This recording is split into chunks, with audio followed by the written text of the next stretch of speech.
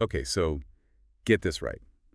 Lufthansa's in some seriously hot water. Hmm. We're talking millions of dollars in fines over allegations of, well, discrimination. Yeah, and it's not just your run-of-the-mill discrimination case either. No, not at all. We need to rewind to May 2022. Picture this. A group of over 100 passengers, many of them visibly Orthodox Jewish, headed to a religious memorial in Budapest. They're flying Lufthansa with a layover in Frankfurt. And that layover, yeah, that's where things go sideways. Big time. They were prevented from boarding their connecting flight. Lufthansa initially claimed it was because these passengers hadn't followed instructions. Okay, sure. And this is where it gets interesting. The DOT, the U.S. Department of Transportation, they investigated this whole thing. Right. Well, they found that Lufthansa couldn't actually point to which passengers had supposedly disobeyed these instructions, or even what instructions were supposedly ignored. Hold on. So they barred over 100 people from a flight without being able to say who did what? Seems that way, right? And the DOT was like, nope, not having it. Slapped Lufthansa with a massive fine. $4 million, to be exact. Largest one they've ever given an airline for civil rights violations. Wow. I mean, I read that $2 million of that was already paid out to the passengers. But still, talk about a PR nightmare. Definitely not a good look. So what's Lufthansa saying for themselves in all of this?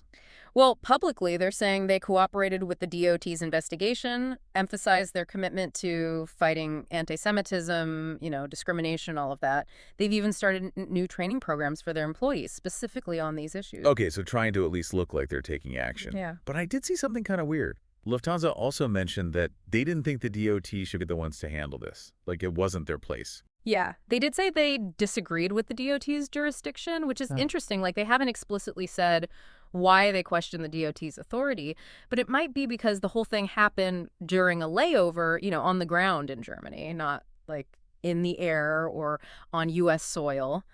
And sometimes those jurisdictional things get messy. So we're talking potential legal loopholes on top of everything else. Potentially. Legal loopholes. I mean, how convenient for them, right? Right. And it makes you think, are these training programs they're talking about, are they actually the standard? Have other airlines had similar issues, and what did they do? It's true. Is this like a Lufthansa specific thing, or, is this a bigger pattern?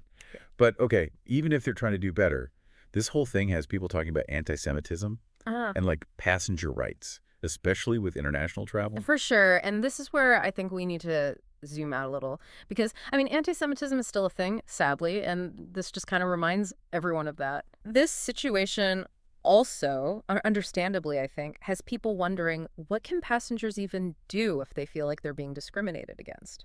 Especially traveling internationally. Totally. Are there, international groups that handle this kind of stuff? Or are you just stuck with whatever the airline or the government, decides?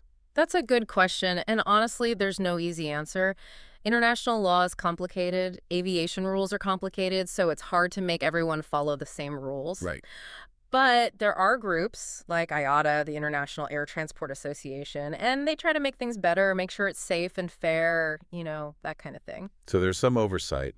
But it sounds like there's still work to do to protect passengers all over the world. Exactly. And I think this Lufthansa situation shows that we need airlines to be more transparent, more accountable for what happens. It's like, even with all the stuff about airlines we see, this Lufthansa thing feels different. Yeah. Like we've all seen those videos, right? Oh, yeah. Passengers going nuts, airlines getting in trouble for baggage fees, overbooking, whatever. Right. It's like flying has become stressful for everyone, I think. Passengers, airline staff, everyone. Totally. And then you add this on top of it, these serious allegations. It's like airlines really need to get it together. Be clear with people, be fair, all of that. 100%. Okay. I don't know about you, but just looking into this Lufthansa thing has been kind of I don't know, it's 2024. It's awful that this kind of thing is still happening. Yeah. And Lufthansa, they need to be held accountable, right? Yeah. But it also shows you how messy things get with international travel. Different cultures, different laws. It's a lot. You said it. And it kind of makes you think, knowing what we know now, everything about this situation, what the DAT found, what Lufthansa is saying, the whole thing, you want to fly with them. Right. Even if they are doing those training programs. It's a tough question. It is. It makes you think about what's important to you, how much risk you're okay with, and whether you think Lufthansa is really going to make sure this doesn't happen again. It really does. Well, on that note, we'll leave you with that. Thanks for joining us for this deep dive, everyone. Thanks for having me. Until next time, keep asking those tough questions.